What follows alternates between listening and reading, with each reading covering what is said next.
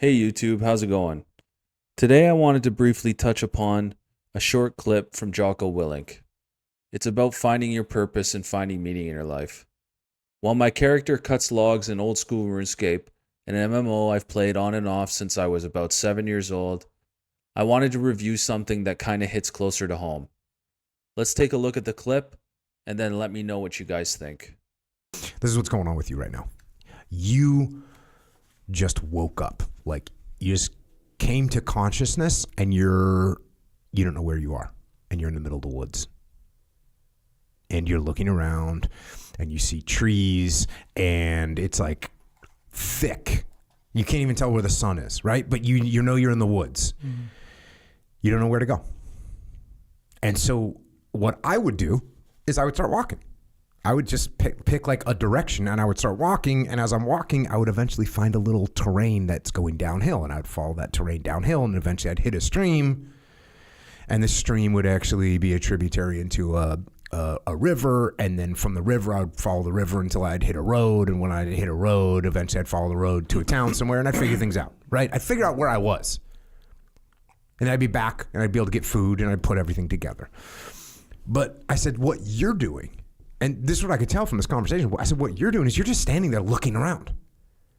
And you're trying to figure out where the town is, where civilization is. Mm-hmm. And you're waiting, trying to guess and looking around and looking for clues. But there's no freaking clues. You're in the middle of the woods. There's no clues. There's no clues, literally. You have to go and find it. Civilization, the town, the thing is not going to come to you. You have to start walking. So that's what I would do. And look, obviously there's a hint of like iterative decision making, right? You don't know where you are, you don't know what to do. Start moving in some direction, and that'll give you some clues or some indication or some immediate feedback about where you are, and you can start assembling a better picture of what's happening. So I know might not be the smartest person in the world, and you're smart, but you're not going to be able to do anything without doing something. So you're gonna have to start walking. And then I went back to this Home Depot piece, and I said, listen, if I was in your shoes, okay, I'd go get a job at Home Depot. And I was like, yeah, and you know what? I got my job at Home Depot. My aisle would be the freaking squared away aisle. And after like a week and a half, it'd be the most squared away aisle in Home Depot. And I said, in a few weeks, the store manager would look at me and he'd be like, hey, can you run these 3 aisles? They'd give me 3 aisles, and then they'd give me 7 aisles, and then they'd give me 12 aisles, and then they'd give me the front of the store. And then eventually they'd be like, hey, can you just run this store? Because I'd be busting my ass, and I'd be making things happen, and I'd be building relationships with people. And then eventually they'd be like, hey, we want you to run this district with all the Home Depots in this district. And then they go, we want you to take this region. And eventually they'd be like, hey, we want you to be the CEO of Home Depot. And we're laughing, right? Because I'm not that arrogant, but I was making a point. But I told this guy, I was like, look, you see working at Home Depot as a punishment, and I see it as an opportunity. As an opportunity. And by the way, Home Depot, there's like, you've heard of Home Depot millionaires, right? It's a real thing. No, what is it? Home Depot millionaires, like in the early days of Home Depot, you could take stock options when Home Depot wasn't that big. And a lot of people that were cashiers and, cleaners in the aisles, they took stock and, now they're millionaires. Okay. But that reframing the way you're looking at things and seeing opportunities instead of seeing punishments, and instead of seeing downturns in your life, seeing opportunities, it's just going to have such a much better impact on the way where you get to. Because, going to like you hear Jordan Peterson talking about like aiming, and you got to take aim, right? Yeah. Well, this is a version of that, right? Yeah. When I get in there and I think, hey, I'm going to make this aisle look awesome. Yeah. Look at what I'm aiming at. I'm aiming to improve and get better and do a good job.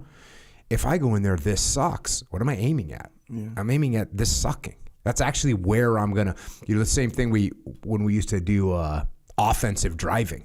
Mm-hmm. And when you're driving a car, if you start looking at like if you got to go between obstacles and you start looking at one of those obstacles, you're going to hit that obstacle. That's, there's like a tendency that you're going to hit the obstacle. You're going to go where what you're looking at. Yeah. Same thing with this. If you think this job is going to suck, well, guess what? The job is actually going to suck now. And you're not going to do it well. And you're not going to get promoted. And you're not going to be given more responsibility. You're not going to be given any opportunities.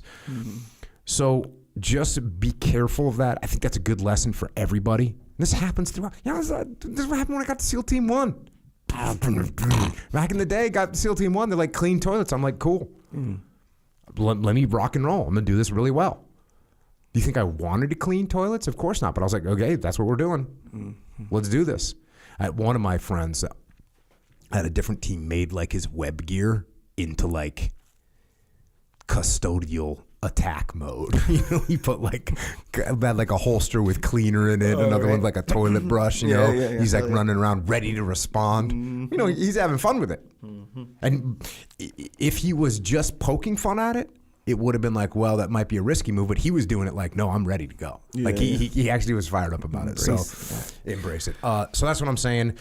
If you're in a spot and you don't know what to do, and you're not sure where to go, and you don't know where the right direction is, start walking and start looking for opportunities. And they'll show up. That's my word of the day. Echo Charles. Yeah, agreed. So if you made it through the end of that, I want to thank you for still watching. But to analyze this video a little briefly, I think it's pretty grounded advice. And the reason I think that is because there's so many gurus and people online that tell you need to have everything figured out by a certain age, or you need to do this business, or you need to do that. And I like how this approach is almost kind of grounded in more of a middle class kind of living. It's kind of like you don't have to do this big thing just right now.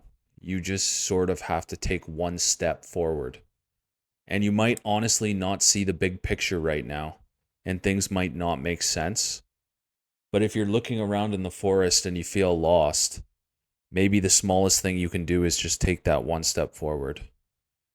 So to give you some short background is about a year ago too, I was unemployed and I just took a job that I didn't really like. I still struggle with it on a daily basis and I don't really enjoy it very much.